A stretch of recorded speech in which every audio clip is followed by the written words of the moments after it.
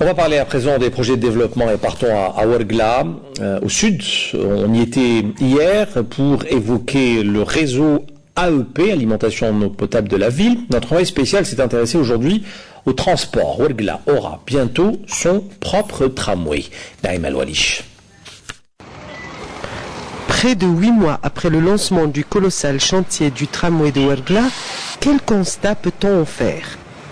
Systématiquement soumis à la rudesse du climat et autres aléas, il faut dire que les travaux avancent à petits pas. N'empêche, la base de vie est en train de finir de sortir de terre. La plateforme du tramway est tout à fait balisée et le chantier du dépôt et de la maintenance est à l'état embryonnaire.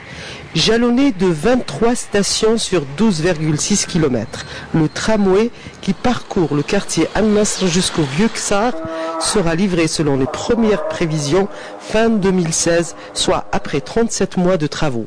Cependant, le sol aussi argileux que fragile ne facilite pas du tout la tâche aux experts qui en plus se soucient du vieux bâti Ouargli, lequel risque de recevoir quantité d'ondes vibratoires fatales pour sa survie. Quoi qu'il en coûte, les experts ont d'ores et déjà pensé à de nombreux remparts qui sécuriseraient le tout Ouargla. On est à un taux de 5% sur l'avancement global. On a pris suffisamment de temps durant les études de l'avant-projet détaillé et des études approfondies ont été effectuées beaucoup plus en matière de géotechnique et des solutions techniques adéquates sont faites pour ce type et pour pallier à ce type de problème. Pour l'entreprise métro d'Alger a engagé des travaux, plutôt des études complémentaires, études vibratoires et acoustiques pour préserver le vieux bâti d'Aksar.